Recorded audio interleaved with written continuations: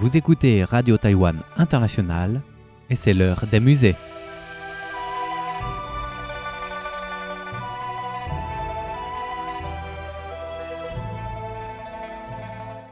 Bonjour, chers amis. Vous êtes en compagnie de Miao Yonghua pour l'émission L'heure des musées. Depuis quelques semaines, nous nous sommes intéressés à la sculpture.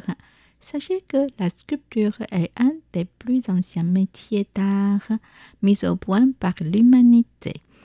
Les fouilles archéologiques et les sources de la littérature montrent qu'au début, les sociétés primitives avaient déjà appris à faire des objets utilitaires ou décoratifs de matériaux facilement disponibles dans la nature, comme le jade, la pierre, le bambou, le bois, l'ivoire, le corne et l'os, etc. Différents matériaux composés de différentes propriétés appellent différentes façons d'appliquer le travail de couteau. Parmi les différents arts de sculpture, ceux de bambou, de bois, d'ivoire et de corne et de noyaux de fruits sont plus en commun et sont étroitement liés. Ils ont émergé et été mis au point dans une catégorie unique indépendante des arts. À partir de cette émission, nous allons parler de la sculpture sur ivoire, sur corne, notamment celle de rhinocéros, et sur fruits de noyaux, shijia, corne de rhinocéros.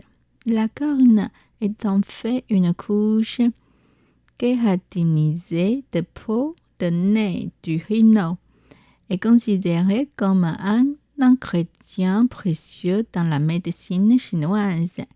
Les navires de type corne sculptée sont des coupes du fait de la partie effilée de la corne conique avec une ouverture un peu triangle. Les motifs sont habituellement un mélange de haut et de bas relief et pourtant rarement sculptés par la méthode d'ajouré. Les autres formes et fonctions incluent des coupes de la forme hâteau, des paniers à petites fleurs ou bien des supports de fleurs, des petits boîtes rondes et les pousses d'anneaux pour les archers. Voici des exemples. Merci de vous référer aux images. 1.1 à 1.4. Coupe en corne de rhinocéros, sculptée avec une scène de canotage le long d'une vallée de montagne. Un récipient est de couleur ocre foncé avec une touche de jaune miel. Il a la forme d'un gobelet avec un large bec à l'avant et une panse profonde, longue et effilée avec un pied plat. Le corps de l'objet est sculpté en relief d'un pavillon et d'un petit pont entre un ruisseau montagneux et une forêt avec un certain nombre de personnages naviguant sur l'eau. Le pied de l'objet est sculpté d'une petite scène représentant un amassis de rochers au bord de l'eau. Ensuite, le deuxième exemple, merci de vous référer aux images de 1 à 4. Corne de rhinocéros sculptée en forme de personnage prenant un râteau. Youtong. Cet objet a la forme d'un long râteau avec une figure ciselée et sculptée en relief et une quenouille au-dessus d'une branche derrière. Le personnage est clairement défini tenant un rouille dans sa main droite, portant une longue robe à larges manches et une longue barbe qui lui arrive à la poitrine. Les branches sont décorées de fleurs, soit des fleurs de prunier, soit des pivoines. Une fleur de lotus avec une grande feuille de lotus s'étend de l'intérieur du râteau jusqu'au bord de l'ouverture. Le dessous du râteau est sculpté en relief avec un motif de vague près de la base. Sur le mur extérieur, à l'extrémité du râteau, se trouve un sceau sculpté en relief en écriture sigillaire. Encore 60 ans. 有通 qui porte un sens de longévité sous lequel se trouve un saut à 2 caractères en écriture sigillaire dont le texte n'est pas clair. Un poème de cette ligne en écriture régulière de l'empereur Qianlong est gravé à l'intérieur du hâteau, voir l'image de 3. 活文 des ajourés vivants, entre guillemets, ou des motifs animés, entre guillemets, mobiles.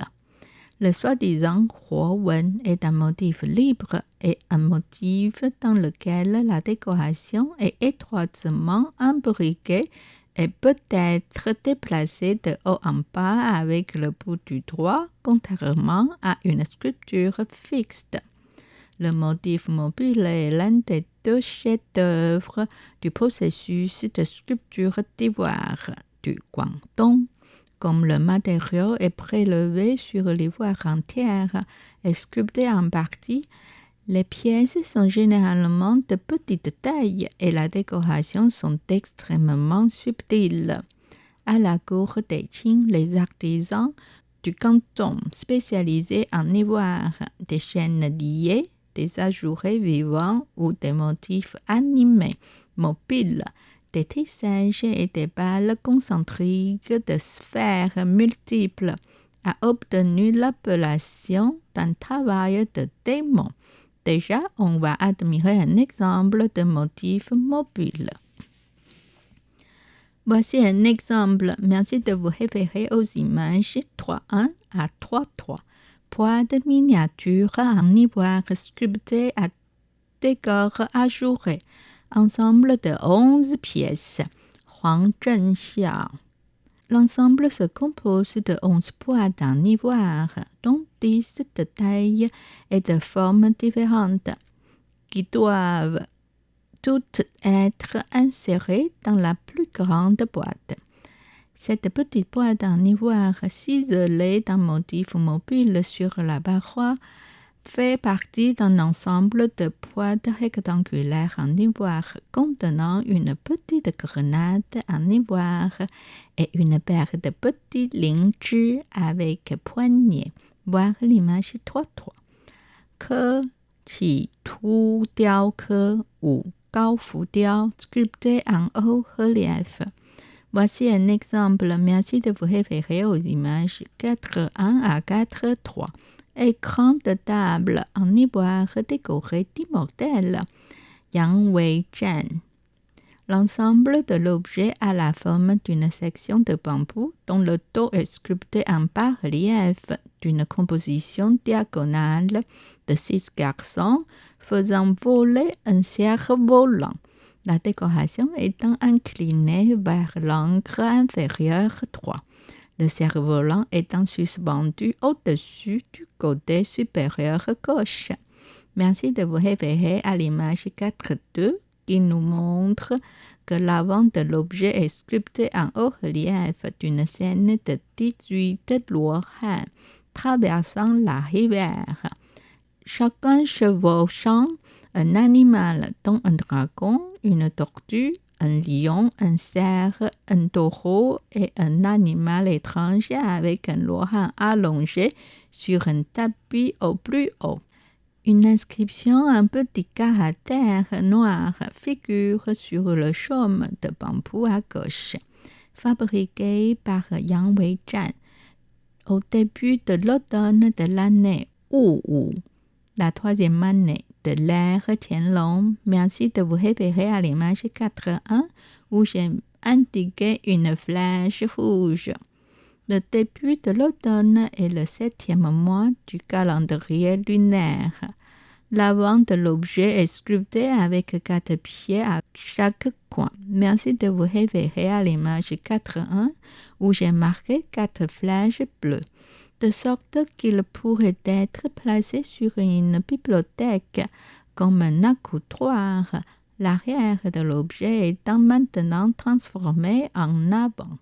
Bon, on va s'arrêter là pour aujourd'hui. Chers auditeurs, la semaine prochaine, nous allons continuer à parler de la sculpture sur ivoire, sur corne de rhinocéros et sur noyau de fruits. Vous allez voir que c'est passionnant. Je suis sûre qu'elle vous plaira. Bon, c'était l'heure des musées réalisé et animé par Myriam Hua.